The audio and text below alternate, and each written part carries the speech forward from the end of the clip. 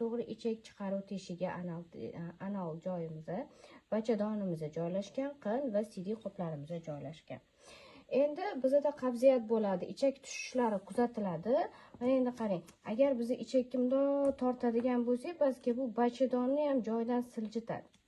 Ya'ni borgan sari kuchanasiz, bachadonni ezib boradi va bu bachadon sekin asta qin yo'liga qarab tushishni boshlaydi.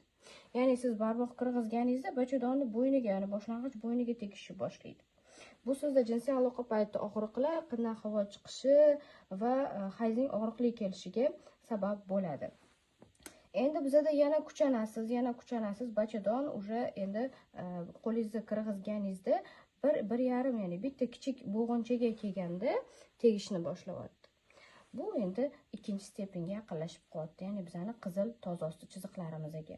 Endi bu bachadon yana tushishni boshlaydi va bu tushgan sayin endi sizda og'riqlaringiz borgan sari kuchayib boradi va bu juda ham katta noqulaylikka olib keladi.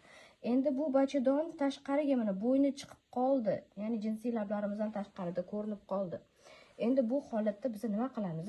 Обязательно borib operatsiya holatiga kelib qolgan bo'lasiz. Borib operatsiya qildirib, bu bachadonni butunlay olib tashlanadi. Mana o'rni endi uni bo'sh qoldi.